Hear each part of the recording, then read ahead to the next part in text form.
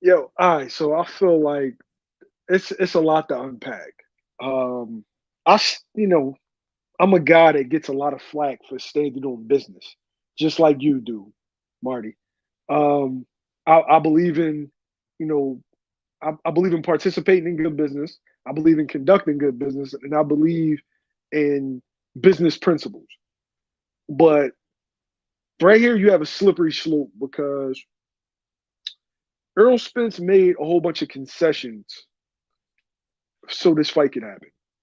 And he went against his management, his representation, in my Marty voice, to make this fight happen, to give Crawford the things that he needs in order to give boxing what it wanted in the undisputed bout between two great fighters.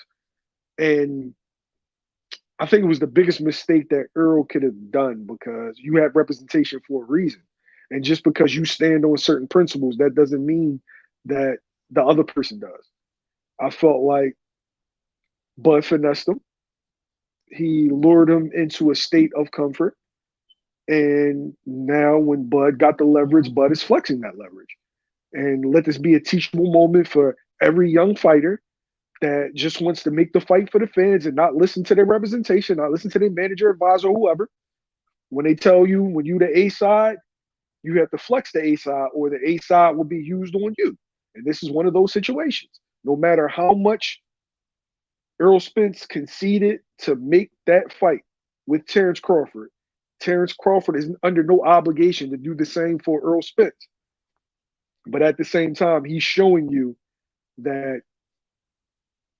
showing you what kind of character he has.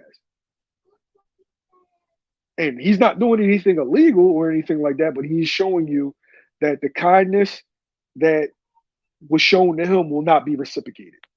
That's my thoughts. Very good point, man. I mean, Kamal Oz, we've seen this happen before where Errol Spence Jr., he has been so gracious. You spoke on it on BFTB's panel last night. I was on the panel with you. We alluded to the fact that Errol Spence is the one that really made this fight happen in the first place because he was just so gracious. Yes, he was anxious and desperate to fight Crawford because he believed in his heart that he can beat him, number one. And number two, he wanted to be undisputed. And he basically got finessed because obviously Crawford did play on the emotions of Errol Spence, knowing how bad he wanted this fight. Bottom line is that Errol Spence acquiesced to all the demands of Terence Crawford in the first fight.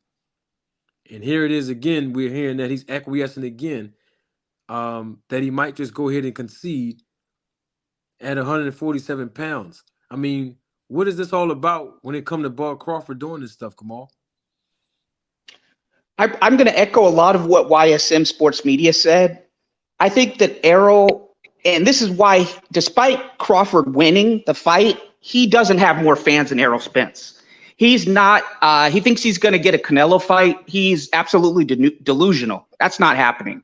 And he's not some big draw because he beat Errol Spence. And I think that Errol is such a stand-up guy. He's so honest. And that's part of why he has such a big fan base, because everything he said from the jump, he did, even to his own detriment. And Crawford, let's be honest, outside of Errol Spence, after his top-ranked contract ended, he was irrelevant. He was only relevant because Errol Spence was making him relevant. So Eddie Hearn at DAZN said, we're not going to sign him. We've got nothing for him. He's a great fighter. Bob Arum, his old promoter, said, I could build a mansion in Beverly Hills with all the money that I've lost to him. So Bob Arum decried and talked about his market value being low. PBC, despite all that, they did try to sign him initially to a 3-fight contract with Keith Thurman. And I believe Errol Spence was going to be a joint pay-per-view. Then they were going to have 2 fights against each other. He declined that. And Errol, despite the warning signs, the disrespect that Crawford publicly leveled on Errol Spence and his team leveled on Errol Spence, calling the man a drunkard, insinuating that Errol Spence and Al Heyman had some kind of sexual relationship. being very disrespectful. You know, that video that he shot in the ocean saying, Errol, you can hide in the ocean because your bitch ass is hard to find here, something to that effect, excuse my language. But he and his family really just did personal attacks on Errol Spence. And Errol was just such a man of his word, so transparent, and Crawford and his team definitely used that against him.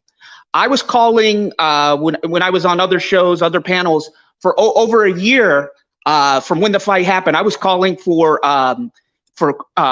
actually not over a year, excuse me, for after 6 months of the negotiations. I was saying Errol should move on.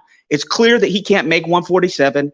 He's hurting himself to do this. Crawford ghosted him in the negotiations. He's fighting David Avocado, which nobody called for on BLK Prime. He's lying about the conversation that what is it, that live that Crawford did where he tried to explain why he's fighting Avocado was full of lies and hearsay. Crawford, if you looked at his face, he looked like he was being held hostage, like he was reading from cue cards. The guy's just dishonest.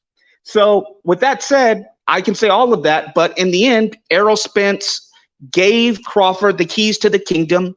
He did more than give him the farm, because he gave him the farm, he made him relevant, and he's got to live with the consequences. And I think that this whole backstory will be like case studies for negotiations in sports in the future, and then maybe you'll see it in law school or universities with how not to lose all your leverage. And that's no disrespect to Errol, because Errol is such a stand-up guy, so honest, so giving, wanting to please the fans so much that he really just gave up everything that he earned. He was Thanos collecting those 3 belts. He went through the ringer fighting Yordenis Ugas, who beat Crawford twice in the amateurs, who Crawford didn't want to fight in the pros. He beat an informed Sean Porter. He was the duck guy. He was the guy that none of the PBC guys wanted to fight until he went from the boogeyman to the money man. And he gave all that up against Crawford. Now, in the rematch, we all heard Crawford in the pay-per-view. He thanked Errol. He said, this wouldn't have happened without you. When asked if Errol had been ducking him, he said, no, Errol hadn't been ducking him. So he contradicted and lied again in terms of when he first said that Errol was ducking him, because Errol was never ducking him. Errol's always been honest. So he's got to, if he really wants to fight and he thinks he can make 147, I guess he's going to go for it.